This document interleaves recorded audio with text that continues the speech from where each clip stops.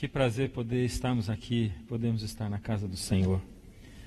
Como é bom louvar o nome dele, né? A música diz assim: Deus entrou quando eu saí. Eu quero saudar também a Igreja Central Virtual, né? Você que nos assiste pela internet. De domingo à noite nós temos um monte de gente que nos assiste pelo rádio. E cada vez essa igreja é mais fiel. Nós temos gente de todo lugar, né? Essa semana mais uma pessoa telefonou dizendo que ligou para a associação dizendo assim: olha, eu sou membro da Igreja Virtual Central de Curitiba e eu quero devolver meus dízimos aí. Então nós sentimos assim o carinho das pessoas que assistem o culto conosco, que estão adorando conosco. Não incentivamos ninguém a ficar em casa e não ir à igreja, né? Se você está trocando um pelo outro, aí não, vai para a igreja. Nós temos tudo gravado no site, você pode assistir. Mas se você está em algum lugar onde não é possível assistir, você é bem-vindo. Agora, bem-vindos todos vocês que estão sentindo o calor da presença um do outro também aqui e que podem estar aqui, né?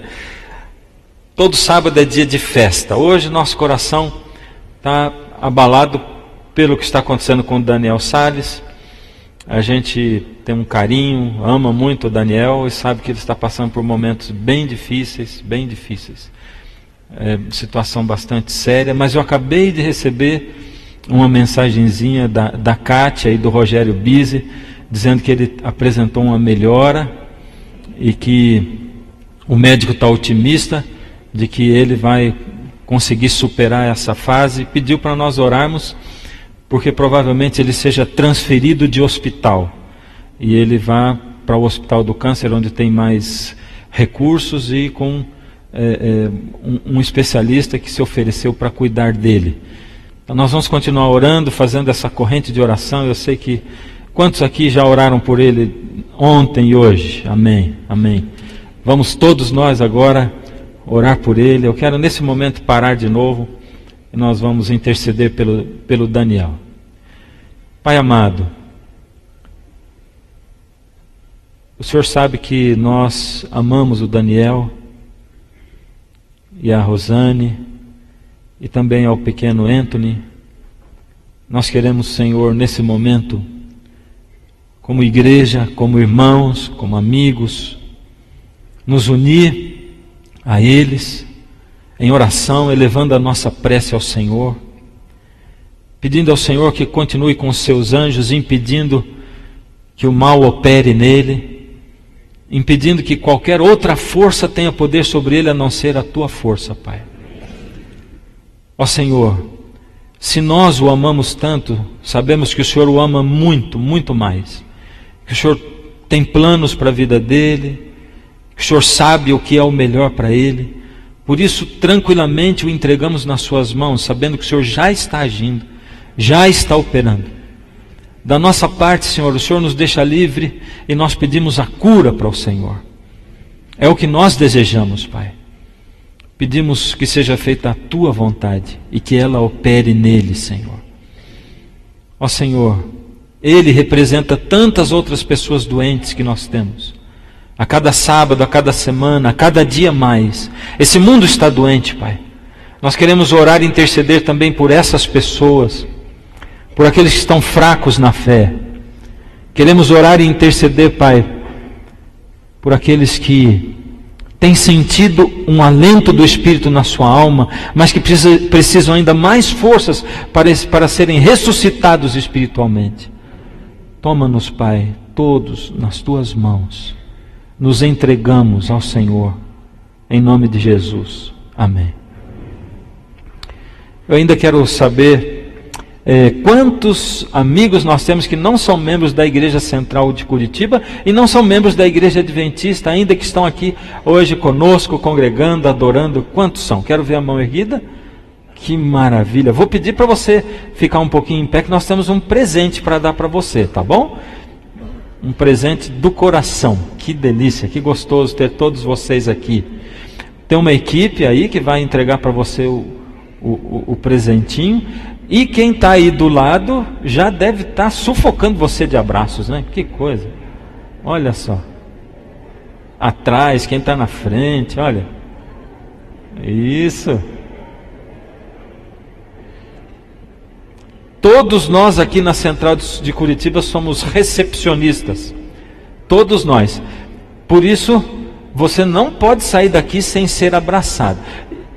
Isso, que bom, que maravilha. O Senhor Deus é honrado quando nós vamos até a casa dele, quando nos unimos aos amigos, aos irmãos para adorá-lo. A Igreja Central de Curitiba é a igreja do... Vamos falar mais bonito? Vamos falar assim, Igreja do Amor. Igreja Central de Curitiba é a Igreja do Amor. Esse é o nosso alvo. Somos ainda uma igreja falha, com problemas, com dificuldades, porque nós, seres humanos, estamos nela. Mas esse é o nosso alvo, ser a Igreja do Amor. Olha, nós temos pessoas aqui no meio ainda, em pé, que não receberam. Eu estou vendo 3 pessoas aqui, por favor. Isso, nossa equipe precisa ser um pouquinho maior para ir mais rápido. Muito bem, muito obrigado por vocês ficarem em pé até agora, tá bom? Que Deus abençoe vocês e que vocês tenham um culto muito, muito gostoso. Na semana que vem nós vamos ter um projeto muito, muito bonito aqui na igreja, muito importante. Nós vamos dar a você a oportunidade de ir visitar pessoalmente alguém que está doente, que está fraquinho na fé e que está precisando de amor, de compartilhar amor. Esse evento se chama Mutirão de Visitação. Você sabe como é que é isso? Nós vamos visitar pessoas, vamos receber nomes e endereços e vamos visitar essas pessoas. Eu gostaria de saber aqui quantos de vocês gostariam de participar dessa experiência inesquecível. Levante a mão, quero ver. Por favor. Isso, pode abaixar. Vou explicar de novo. Nós vamos fazer um mutirão de visitação. Irmãos nossos que estão doentes, que estão fraquinhos na fé, que não estão podendo vir à igreja. Essa semana mesmo o pastor Natal foi visitar um irmãozinho nosso que não tem condição nem de andar sozinho, coitado. Mora sozinho. E o nosso ministério pessoal está promovendo esse mutirão da visitação. Você vai ver o seguinte, que quando você sair da casa dessa pessoa, você sai outra pessoa. Agora eu quero ver de novo. Quantos vão participar conosco? Quero ver. Amém. Na saída, você vai se inscrever, tá bom? Vai receber um papelzinho e vai se inscrever. E eu vou pedir então para você não deixar de se inscrever, tá? Eu vi mais ou menos umas 100 mãos erguidas. E é o que eu espero, tá? Deus abençoe a todos. Que o Senhor esteja presente no nosso culto. E eu quero convidar você para orarmos antes de abrirmos a palavra. Deus amado, aqui está a sua palavra. Queremos ouvir a sua voz, Senhor. Ó Senhor, queremos colocar a nossa vida nas suas mãos.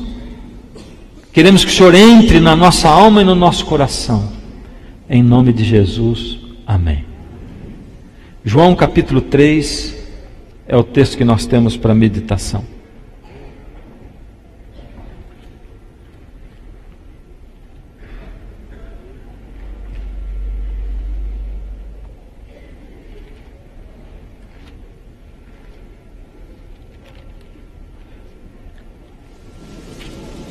Verso 1 em diante. Hoje é o nosso último tema da série A Sétima Igreja. Do verso 1 em diante diz assim: havia entre os fariseus um homem chamado Nicodemos, um dos principais dos judeus. Este, de noite, foi ter com Jesus e lhe disse: Rabi, sabemos que és mestre vindo da parte de Deus, porque ninguém pode fazer estes sinais que tu fazes, se Deus não estiver com ele.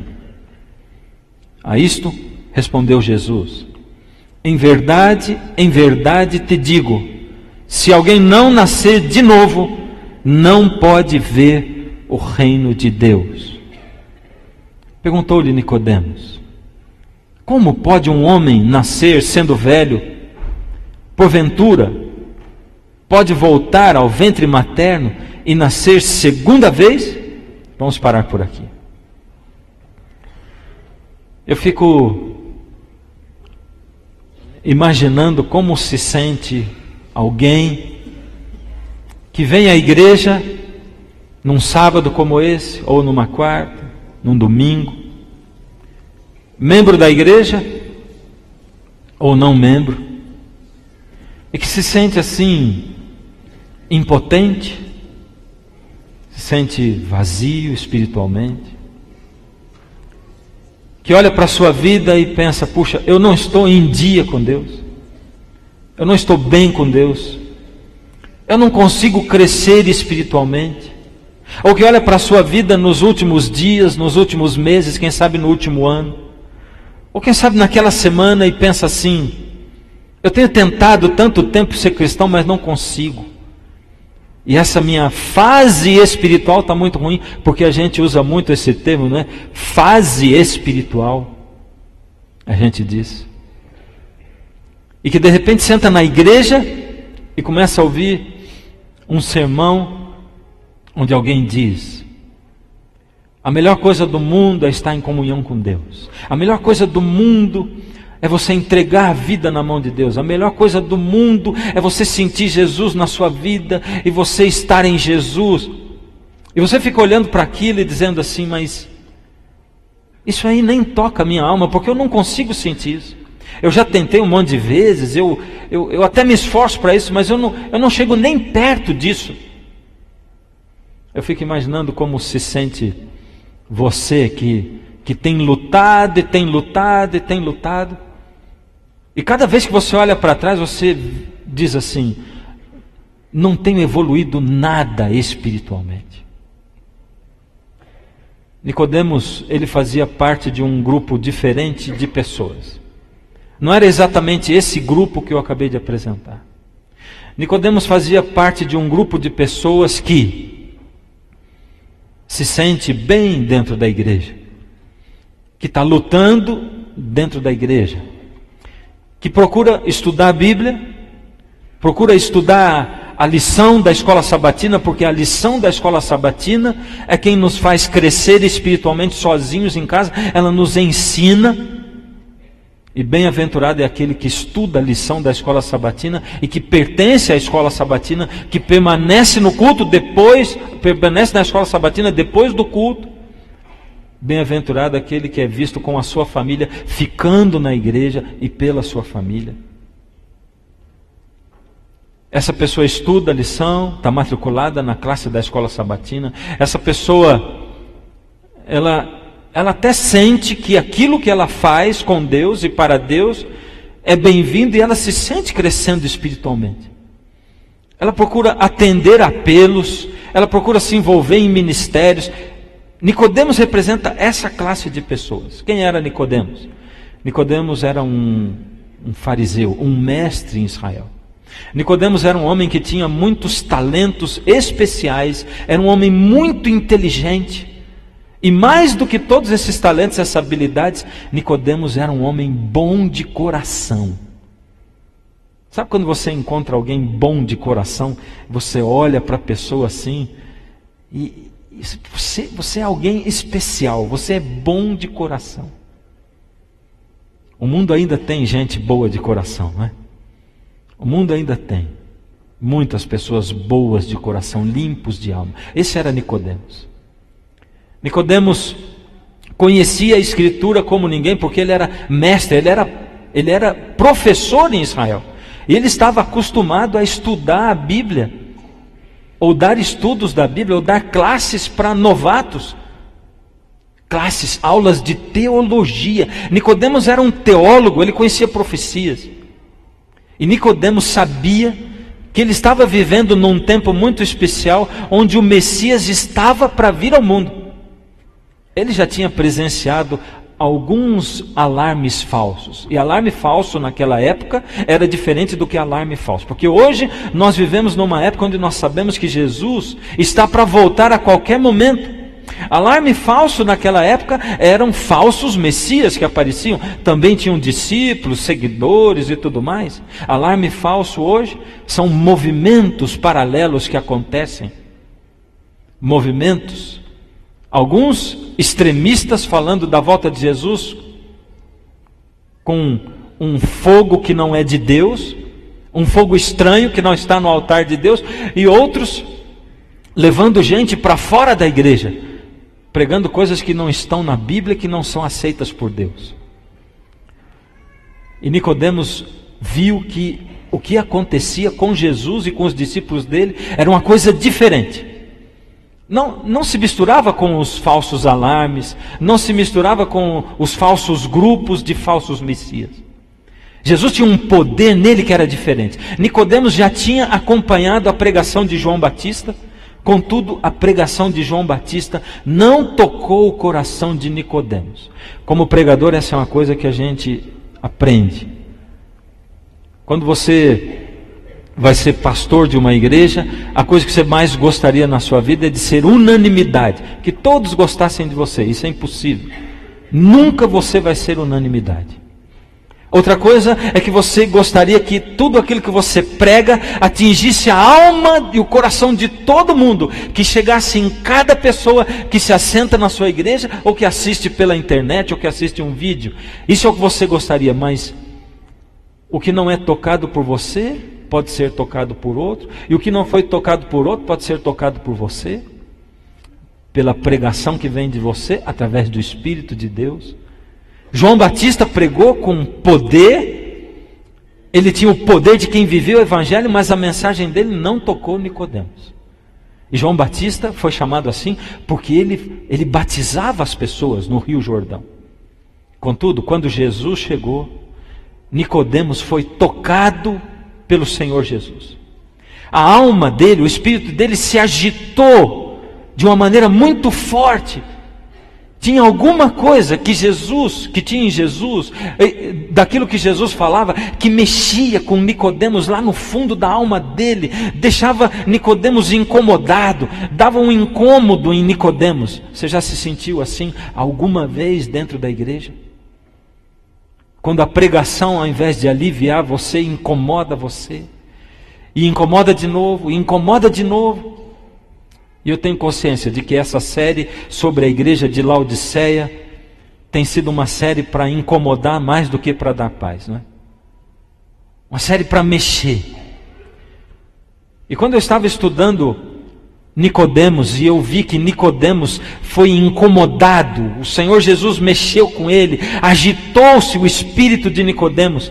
Na mesma hora eu orei para Deus e disse assim: Senhor, opera essa obra também no coração da minha igreja. Opera essa obra no coração do teu povo, Senhor, que se reúne lá na igreja central. Agita o coração dessas pessoas. E fez com que Nicodemos começasse a estudar as Escrituras. E ele se voltou de novo para as profecias que indicavam a vinda do Messias ao mundo. Porque ele queria ter certeza de que os fatos que ele via na vida de Jesus se cumpriam dentro das profecias que ele estudava. E Nicodemos começou a analisar, estudar, e aquilo provocou no coração de Nicodemos uma ansiedade por encontrar-se com Jesus, um desejo de se encontrar com Jesus. E quando eu estava estudando isso, de novo eu orei para Deus e disse: Senhor, por favor, cria no coração da minha igreja essa ansiedade, não só o espírito agitado, como a ansiedade para se encontrar com Jesus, para ver o Senhor Jesus, para ser tocado por Jesus, e para Jesus de uma vez por outra chegar neles e dizer assim: é assim que eu quero que você faça, esse é o caminho, ande por ele. Senhor, mostra para o povo, para o meu povo, para o teu povo, qual é o caminho, toca a vida deles, Pai, mexe com eles, e que eles tenham o desejo de ter um encontro com o Senhor de uma vez por todas. Aí Nicodemos viu quando Jesus entrou no templo e fez a limpeza do templo. Aquela cena foi uma cena surpreendente, porque Jesus entrou no templo como o dono do templo. Ele entrou no templo com toda a autoridade do Messias, do Filho de Deus. E Nicodemos agiu. E Jesus agiu. E Nicodemos viu Jesus agir com autoridade. Aquilo foi impressionante. Agora, aquela cena provocou dois sentimentos totalmente diferentes. Um, no coração de Nicodemos. Outro, no coração dos outros mestres e fariseus. No coração dos outros mestres e fariseus, o sentimento era: com que autoridade esse Galileu vem e faz uma coisa dessa? Isso aí é inadmissível. Ele faz isso como se ele fosse dono do templo. No coração de Nicodemos, um temor. Porque Nicodemos tinha a história de Israel. E ele sabia que os profetas foram mandados para abrir os olhos do povo, para advertir o povo. E o povo batia nos profetas, matava os profetas.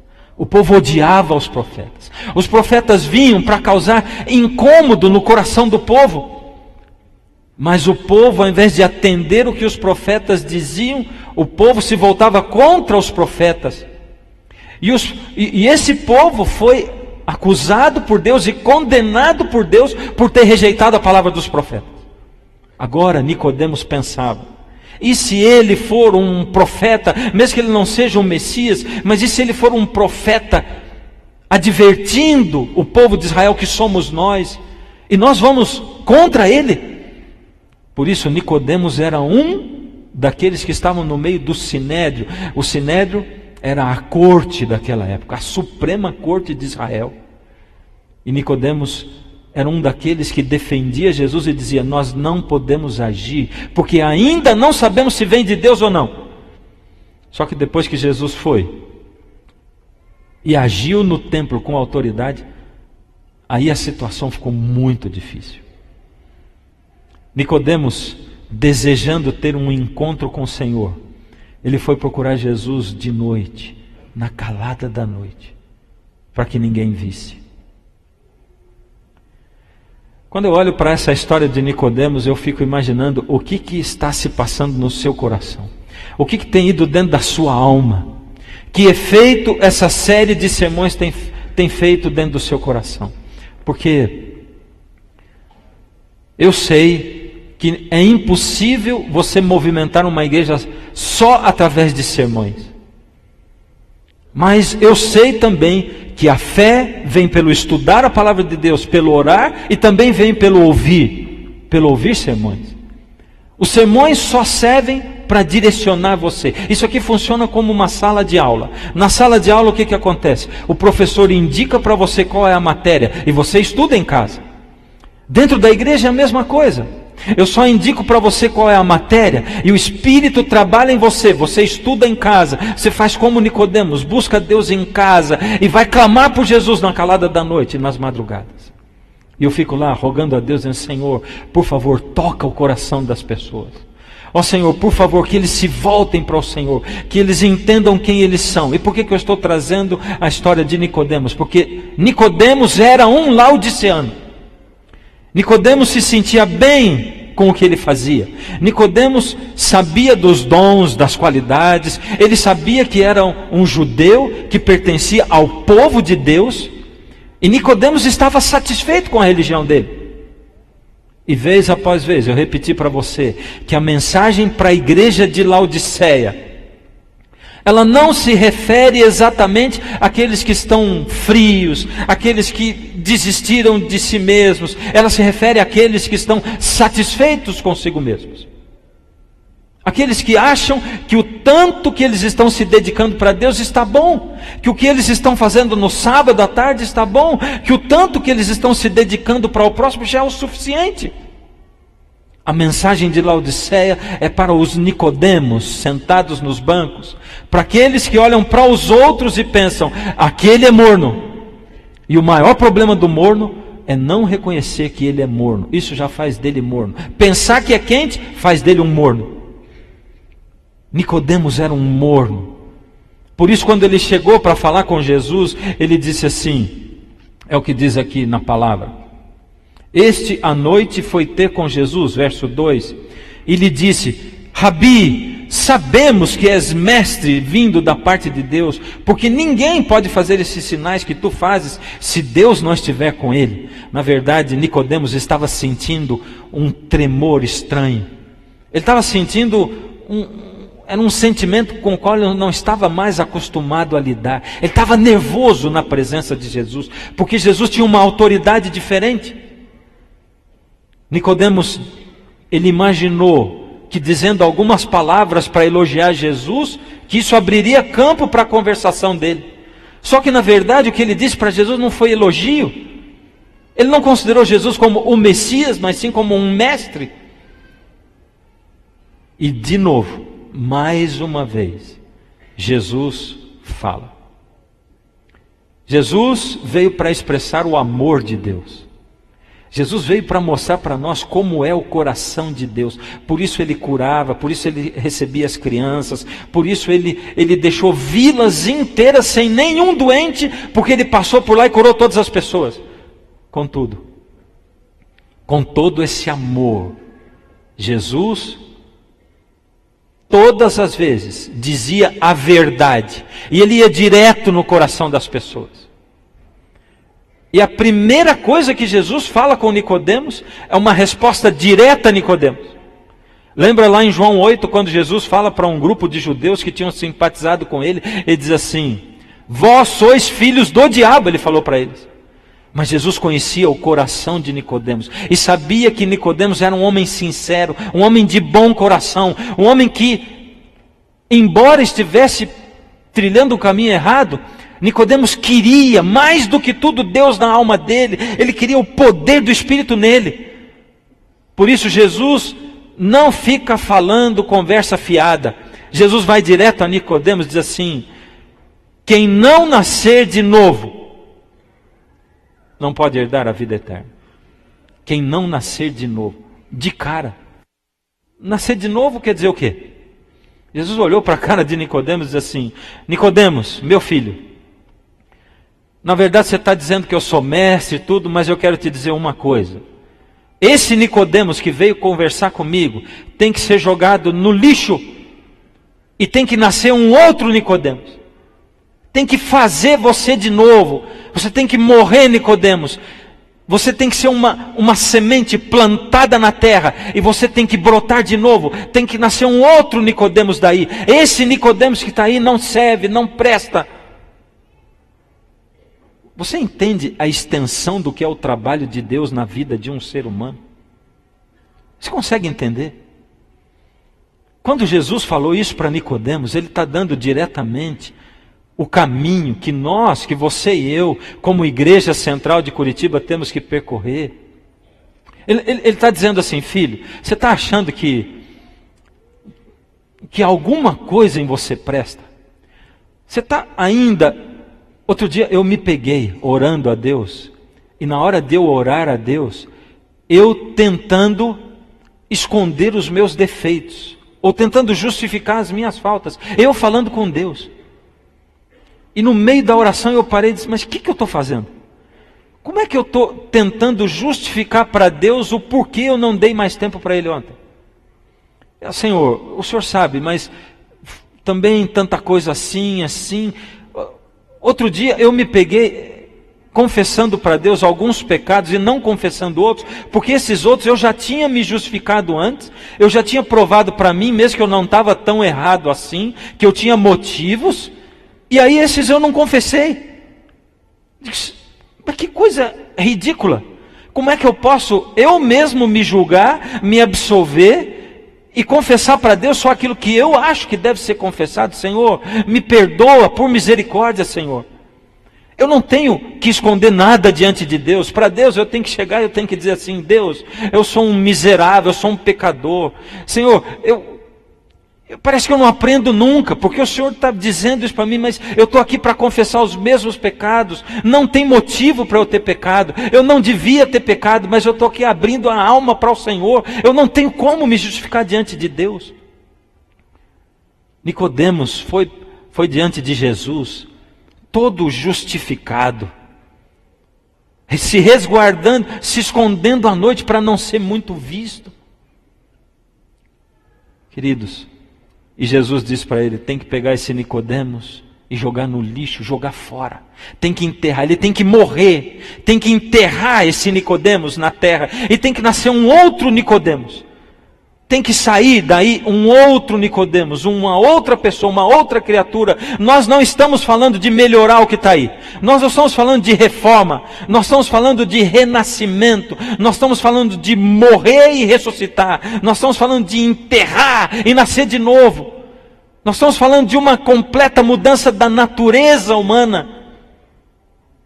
E aí é que entra o desespero da minha alma. Esse é o desespero da sua alma também? Mudar a natureza humana. Esse era o desespero de Paulo. Abre comigo a Bíblia em Romanos, no capítulo 8.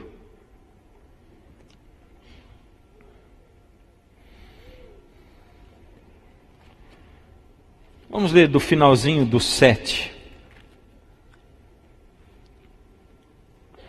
O apóstolo Paulo compartilha conosco o desespero que ia no fundo da alma dele.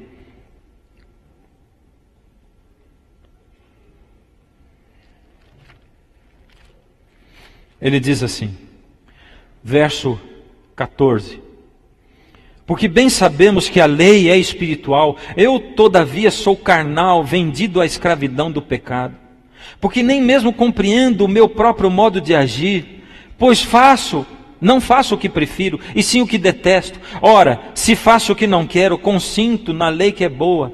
Neste caso, quem faz isso já não sou eu, mas o pecado que habita em mim. Porque eu sei que em mim, isto é, na minha carne, não habita bem nenhum, pois o querer o bem está em mim, não porém o efetuá-lo. Porque não faço o bem que prefiro, mas o mal que não quero, esse eu faço. Mas, se eu faço o que não quero, já não sou eu quem faz, e sim o pecado que habita em mim. Então, ao querer fazer o bem, encontro a lei de que o mal reside em mim, porque no tocante ao homem interior, tenho prazer na lei de Deus. Paulo está dizendo, Paulo ficava desesperado também. Ele olhava, ele queria melhorar, ele queria nascer de novo, ele queria fazer o certo, mas ele vivia fazendo o errado. Ele diz, eu fico desesperado com isso. Isso me leva a clamar, desventurado homem que eu sou. Porque eu estou indo na igreja, eu estou ouvindo as coisas, eu estou desejando. Quando eu ouço o sermão, eu sou tocado pelo sermão. Eu quero melhorar, eu quero crescer espiritualmente, mas eu não consigo. Aí eu penso...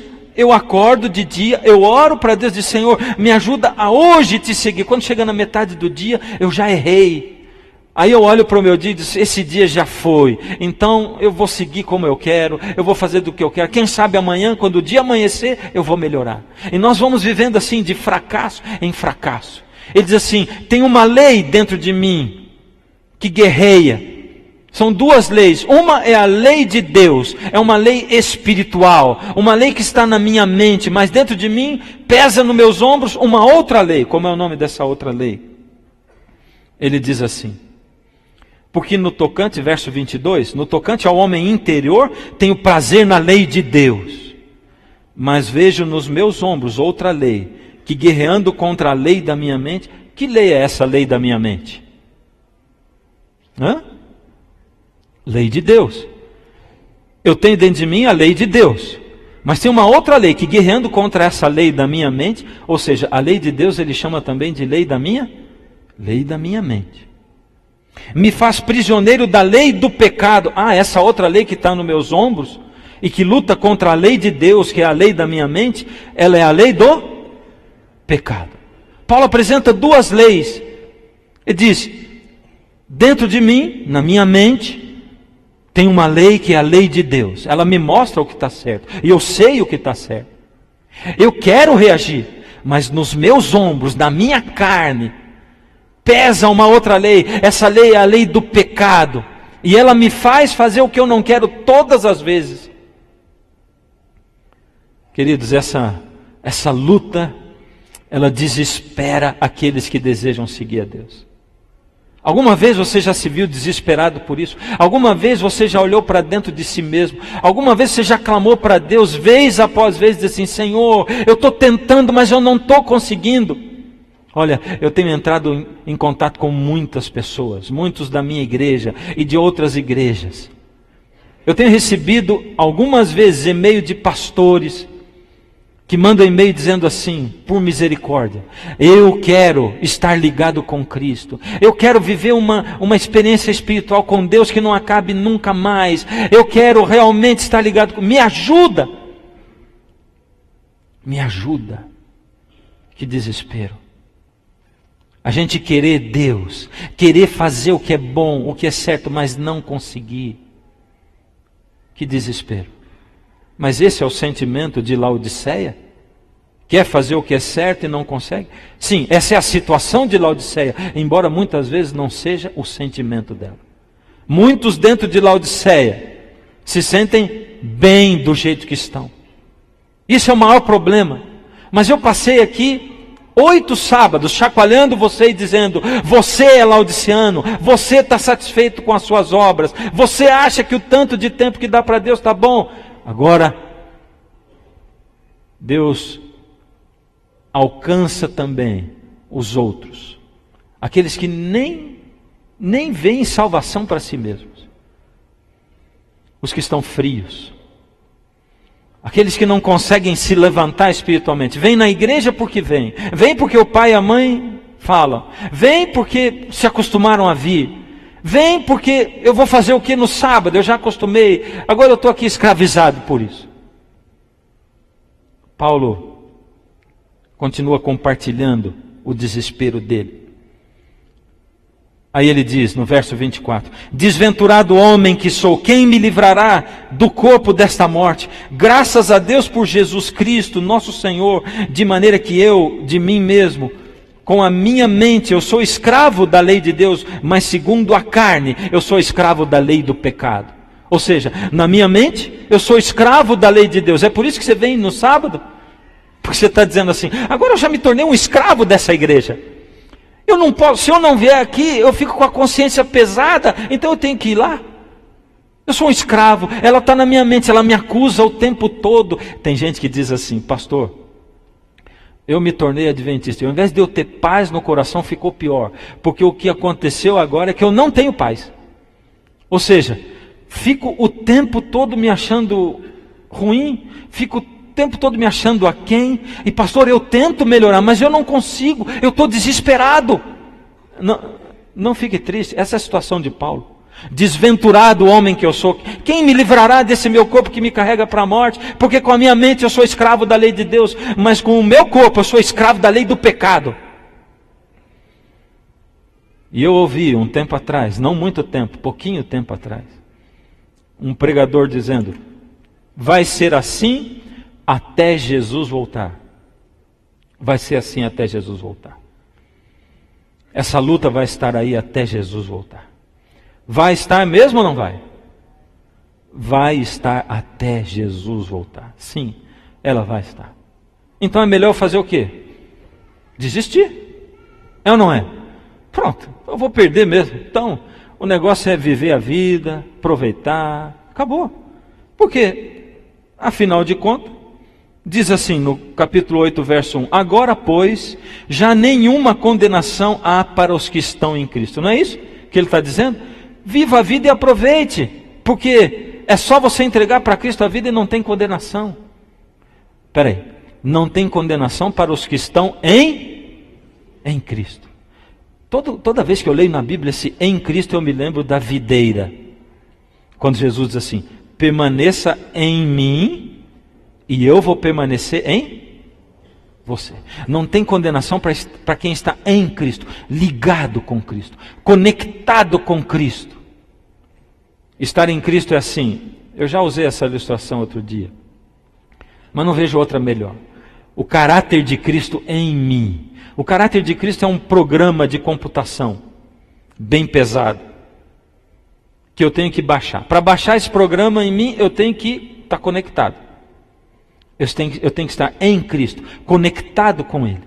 Só que ele é um programa tão pesado que depois de 3 meses baixando o programa, se olha na barra e diz lá que foi 1% só. E você leva um tempão para baixar esse arquivo. Se desconectar, já sabe que vai ter que começar tudo de novo. Tem que estar conectado em Cristo. E eu vou dizer que antes de a vida terminar, baixa o programa para você. Você diz, espera aí, a santificação na obra de uma vida toda? É, por isso que quando ele acabou de baixar, passa 5 minutos e ali aparece uma mensagem assim: você precisa fazer um upgrade. Já tem um upgrade para fazer. Todo dia aparece o tal do upgrade. Todo dia. E tem que se manter conectado, ligado. Porque senão tem que começar tudo de novo. E o caráter de Cristo só vai se manifestar assim. Paulo explica isso em outras palavras. Ele diz assim, verso 2: porque a lei do Espírito da vida em Cristo Jesus te livrou da lei do pecado e da morte. O que ele está dizendo aqui? Ele está dizendo assim: antes só tinha a lei do pecado e a lei de Deus. A lei de Deus na minha mente, a lei do pecado nos meus ombros, me fazendo fazer o que é errado. Mas agora não. Quando eu me conecto com Cristo, vem a lei do Espírito de vida em Cristo Jesus. É uma terceira lei. O Espírito de Deus vem em mim. O Espírito de Deus entra em mim. E agora eu já não vivo mais na carne, mas eu vivo no Espírito. E é isso que Jesus disse lá para Nicodemos, em João no capítulo 3. Nicodemos diz: Senhor, mas como é que eu posso morrer e nascer de novo? Eu vou entrar na barriga da minha mãe e nascer de novo? E Jesus disse: Nicodemos, você sabe do que eu estou falando. Você sabe que eu estou falando de coisas espirituais, Nicodemos.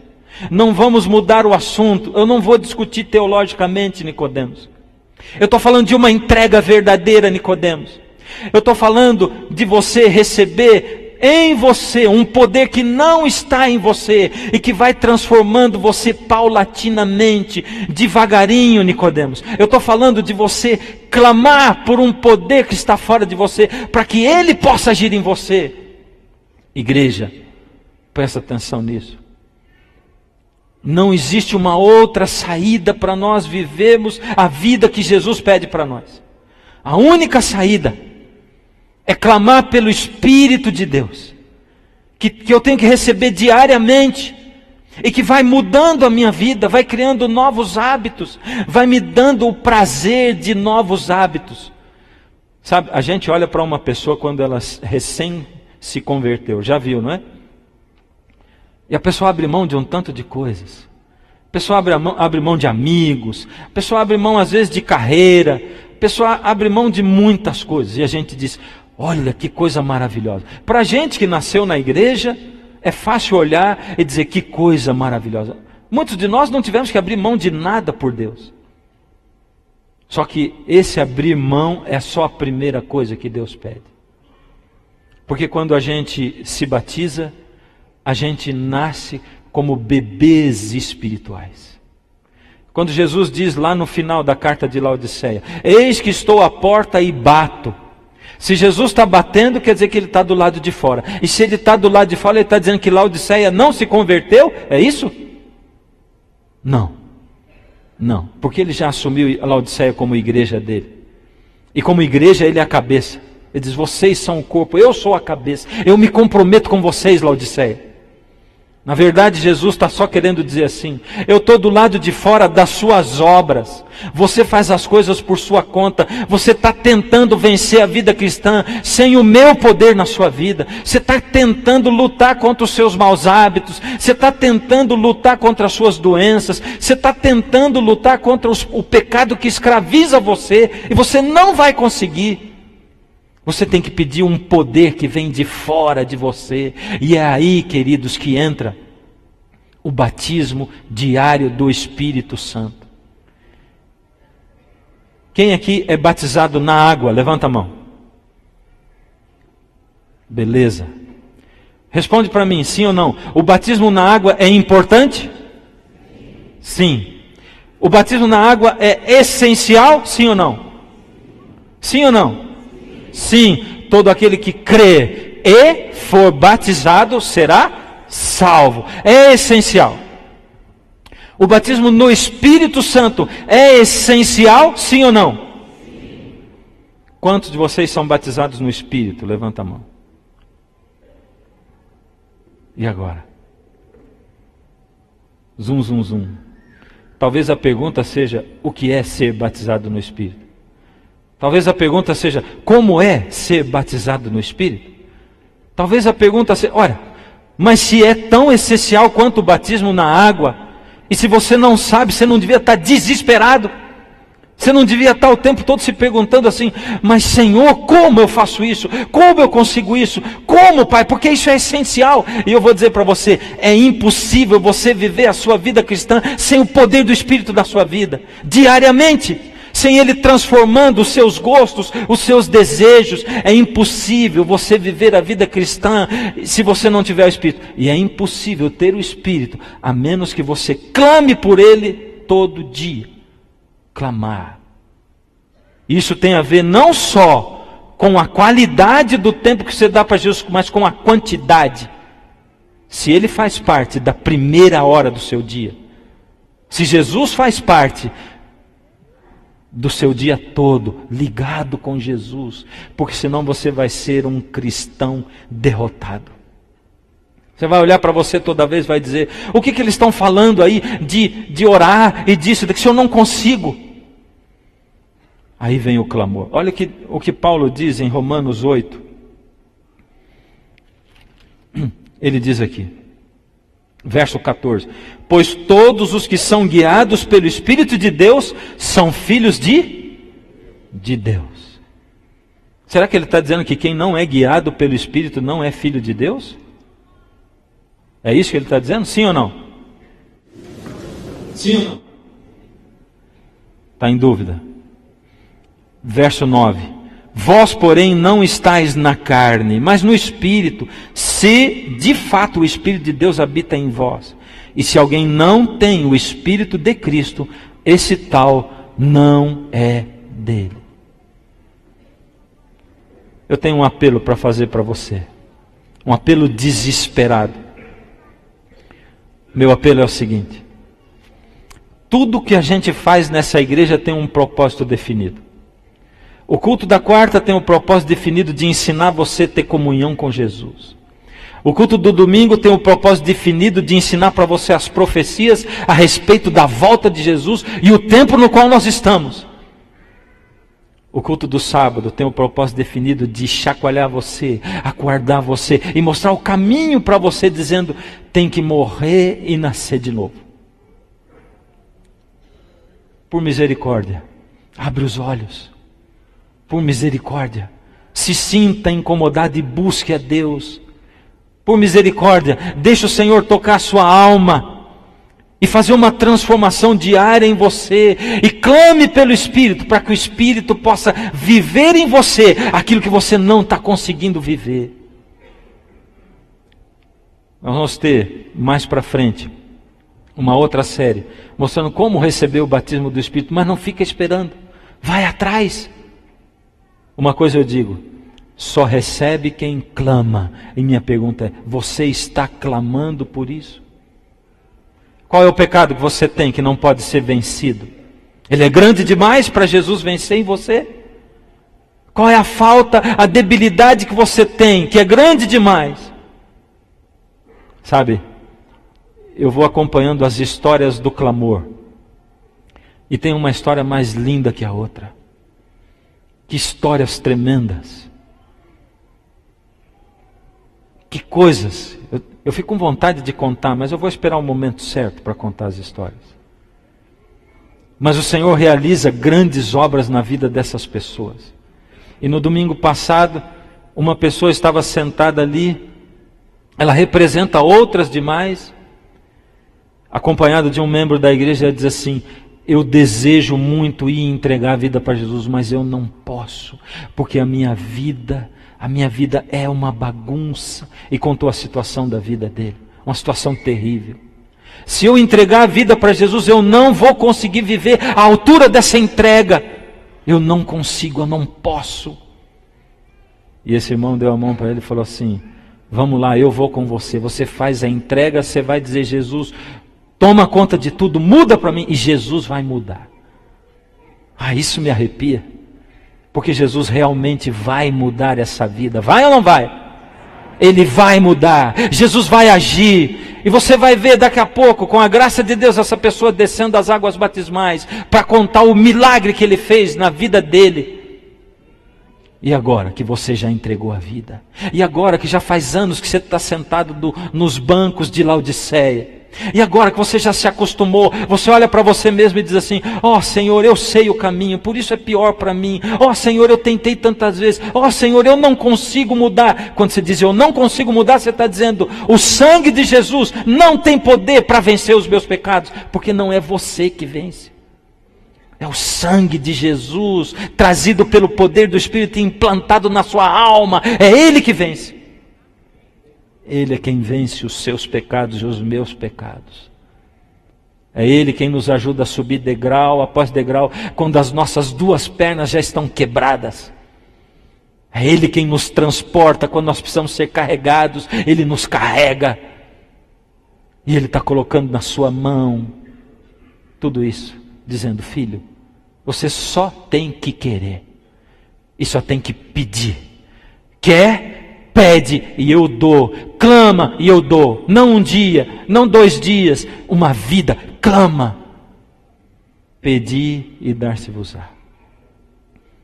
Buscar-me-eis e me achareis, quando me buscares de todo o coração. Eu quero chamar o pessoal do louvor. Nós vamos cantar um hino, e nesse hino nós vamos fazer uma entrega. Eu quero que você aproveite esse hino, essa música, para fazer a sua declaração para Jesus. Uma declaração para Ele. Olha para Ele e entrega a vida para Ele. Coloca a vida na mão dEle. Declara que Ele é poderoso, todo o suficiente para vencer os seus problemas. Diz: Senhor, o Senhor é maior do que todas as coisas, por isso o Senhor é maior do que os meus problemas também. Maior do que os meus pecados. E no final eu quero fazer uma oração de entrega da sua vida para Jesus. Mas que seja uma entrega de uma vez por todas, dizendo: Senhor, a partir de hoje eu te busco todo dia, eu clamo todo dia, o Senhor vai mudar a minha vida. Como eu gostaria de ver essa igreja transformada, mudando. Como eu gostaria de ver o Espírito aqui trabalhando, e aonde a gente batiza 100 no ano, a gente batizasse 1000 no ano.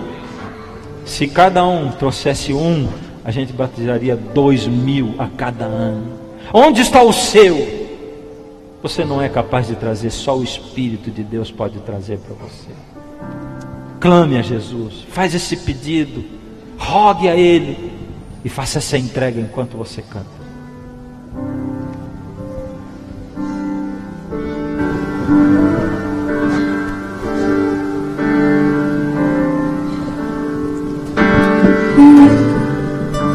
Maior que forças, maior que reis, que a natureza e tudo que se fez, maior que coisas que o homem inventar. No princípio Deus estava lá, maior que reinos e posições, que as maravilhas de todas as nações, maior que bens e o ouro que existir. Seu amor não pode se medir. Mas na cruz, por amor de mim, morreu Jesus, sozinho até o fim. Mesmo assim, em humilhação, morrendo só, pensando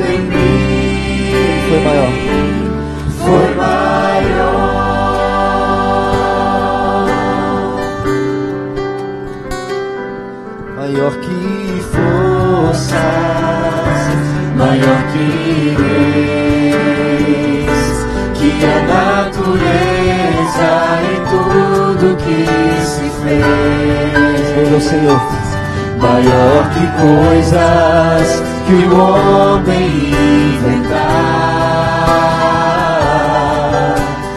No princípio Deus estava lá, maior que reinos e posições,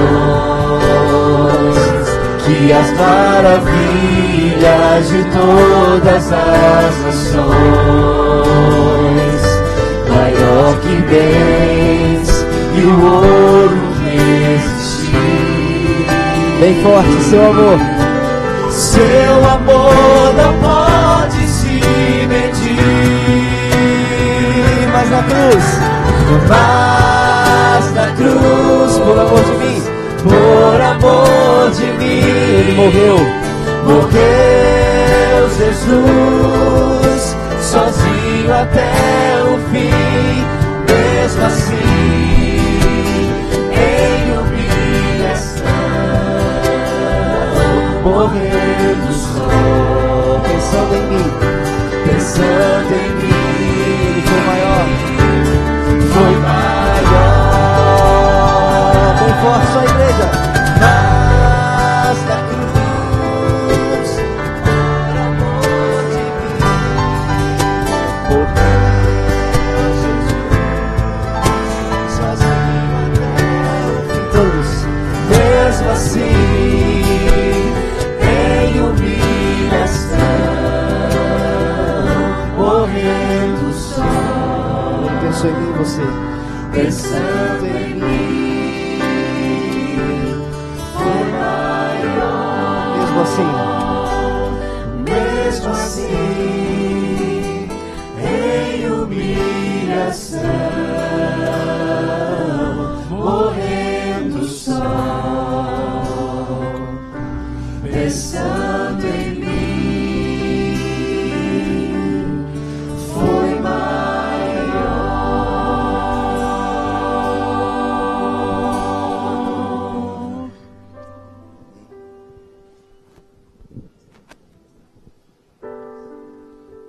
Pode sentar um pouco. Eu tenho aqui comigo o Adriano. O Adriano chegou aqui na igreja em março desse mês. Dia 24 de março foi o segundo dia, ele está me dizendo. O Adriano, ele estava numa situação muito difícil, porque ele estava deixando de drogas. Ele também chegou até a traficar. Ele chegou a roubar, morou fora do Brasil durante algum tempo. Ele foi abraçado aqui na igreja. E ele não foi internado. Não foi internado. Ele recebeu uma força superior fora dele, para ele poder largar isso aí. Você sabe como é que funciona essa coisa de drogas, né? Ele recebeu essa força, o poder do Espírito nele, para que ele pudesse mudar de vida. E hoje ele está aqui, depois de ter percorrido caminhos, andado por caminhos, para fazer aquela entrega, como eu digo para você. Pode deixar as crianças virem, não tem problema, pode deixar. Ele está aqui para percorrer esse caminho que eu falei, fazer a entrega total. Ele nasce como uma criança agora no reino de Deus. Ele nasce. Eu quero estender hoje um apelo para a minha igreja. Você tem um pecado que você não consegue vencer, uma coisa terrível que escraviza você, essa lei do pecado que pesa nos seus ombros. Então eu quero convidar você para fazer uma entrega total da sua vida para Jesus. Eu vou cantar um hino para que você possa fazer isso. Vai tocar agora. Enquanto essa música toca, o Espírito de Deus toca em você. E você vai precisar responder vindo aqui na frente. Senhor, eu quero fazer uma entrega. Eu preciso do poder do seu Espírito. Venha. Na baixa da maré, sentado junto à praia, pedi que o mar levasse uma pergunta para Deus. Senhor, será que sabes como é duro aqui viver? Sofrer, chorar, ter fome e ver queridos a morrer. Na areia adormeci e de repente amanheceu. O sol deu vida a tudo e trouxe paz ao coração. Senti a brisa mansa, o Santo Espírito me encheu, e a voz do mar me trouxe uma resposta do meu Deus. Meu filho, não se esqueça que na terra eu já vivi. Andei com gente humilde, com pecadores eu comi. Passei necessidade, senti a dor da traição.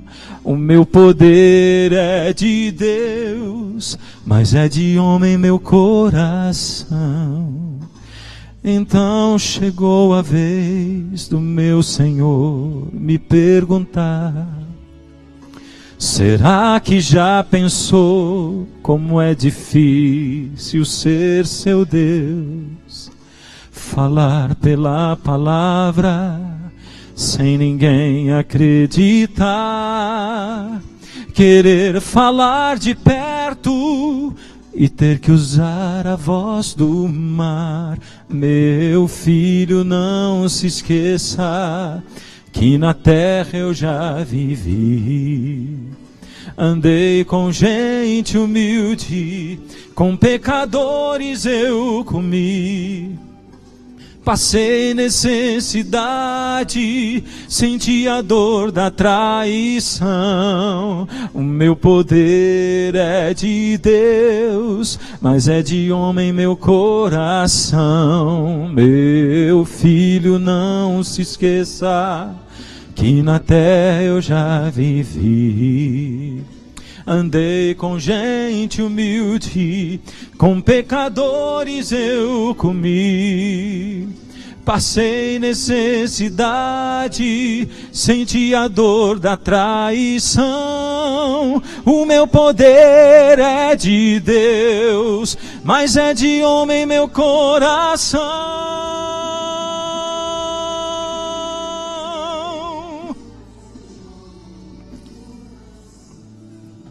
Ser Deus é ser um pai que foi traído pelos filhos. É dar a salvação a quem deseja se perder. Eu sei o que é ser anjo, o que é ser homem e ser Deus. Mas de todas essas coisas, a mais difícil é ser Deus. Adriano, hoje o seu batismo simboliza a entrega e o batismo no Espírito de todos aqueles que hoje desejam que o Espírito nasça no seu coração, que estão fazendo a primeira entrega. Tem um tanto de jovens ali como você, Adriano, em pé. Eu quero orar com você. Deus amado, ó Senhor, aqui está a igreja, Pai. Aqui estão os nossos jovens, nossos adolescentes. Eles sentem nos ombros o peso da lei do pecado, Pai. Aqui está toda a igreja, casais, Pai, famílias inteiras, homens velhos que ainda estão escravizados pelo peso da lei do pecado. Ó Senhor, nós sabemos que só vamos nos livrar dessa luta quando o Senhor vier. Mas sabemos que Satanás é um inimigo morto, vencido, anulado, Pai, porque o Senhor Jesus venceu sobre ele na cruz do Calvário. Ó Senhor, assim como o Senhor deu poder ao Adriano para vencer o vício das drogas, Senhor, sem uma internação, assim como o Senhor Deu poder a Nicodemos para depois fazer uma entrega total ao Senhor Jesus. Assim como o Senhor salvou Paulo, um fariseu dos fariseus, Pai. Salva-nos. Ajuda-nos a nos entregarmos. Entra no nosso coração e na nossa alma, Pai. Por misericórdia nos restaura, Pai. Coloca em nós o incômodo, a vontade de buscar a Escritura, a Tua palavra, de Te buscar, Pai. Coloca em nós o desejo de agir, de trabalhar pelo próximo, de nos envolver na salvação de gente, da manutenção daqueles que não têm condições de crescer sozinhos. Por isso, Pai, agora nesse momento, eu entrego ao Senhor a minha vida de novo, Pai. Entrego ao Senhor a igreja que o Senhor tem colocado nas minhas mãos, Pai. E rogo ao Senhor. Eu não peço por 50%, Pai, me dá toda ela. Cada criança, cada jovem, cada adulto, cada idoso que frequenta essa igreja. Purifica a nossa alma, nos dá humildade. Coloco a vida do Adriano, Pai.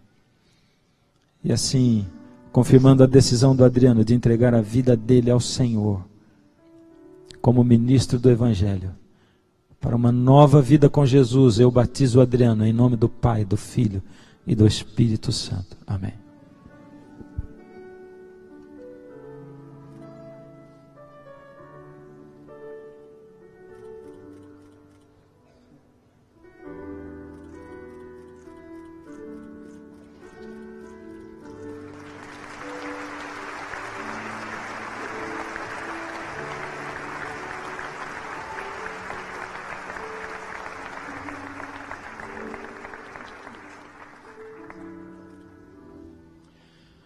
Nós vamos ter agora a oportunidade para você voltar para o seu lugar. Leva essa entrega no seu coração. Leva Jesus no coração. E leva a certeza de que Ele já colocou a mão sobre você. Amém.